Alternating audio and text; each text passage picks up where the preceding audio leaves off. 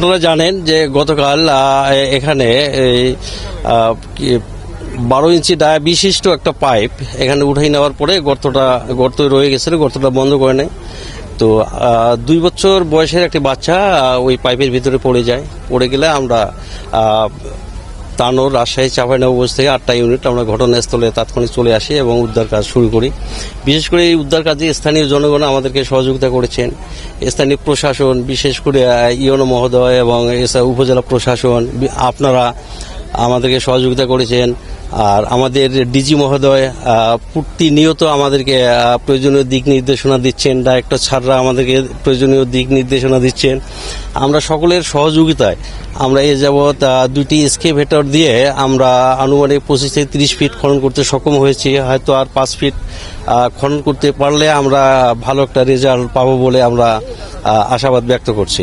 এটা আমরা যতক্ষণ 35 ফিট আমরা খুঁড়তে পারলে, যেহেতু 12 ইঞ্চি ডায়া বিশিষ্ট পাইপের ভিতরে আমরা 6 ইঞ্চি ডায়া বিশিষ্ট একটা পাইপ ঢুকাই দিয়েছি।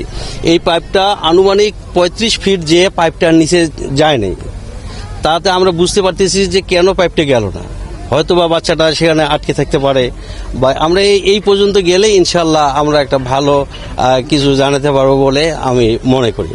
তবে আমাদেরকে এই অত্র এলাকার লোকজন আমাদেরকে সার্বিক সহযোগিতা করতেছে এবং তারা ফায়ার সার্ভিসকে যেভাবে সহযোগিতা করলে উদ্ধার কাজটা আরও তৎপর বৃদ্ধি পাবে বা অল্প সময়ের মধ্যে সম্পাদন করা সম্ভব হবে, এই দিক দিয়ে তারা আমাদের এখানে উপস্থিত যারা আছে সকলে আমাদেরকে সার্বিক সহযোগিতা করছে। এটা একটা পাইপ ছিল, সেই পাইপটা উঠাই নেওয়ার পরে গর্তটা রয়ে গেছে, গর্তটা বন্ধ করে নেই। 12 ইঞ্চি ডায়া পাইপ ছিল, এই পাইপটা যেহেতু 12 ইঞ্চি ডায়া ছিল, পাইপের গর্তটা 12 ইঞ্চি হওয়াটাই স্বাভাবিক।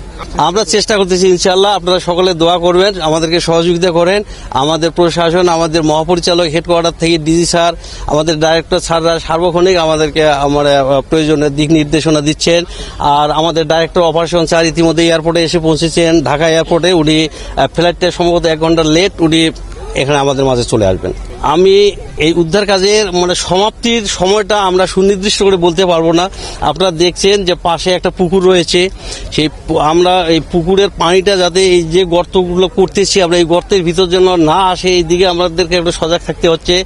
আর আস্তে আস্তে আমরা এই কাজগুলো করার চেষ্টা করছি।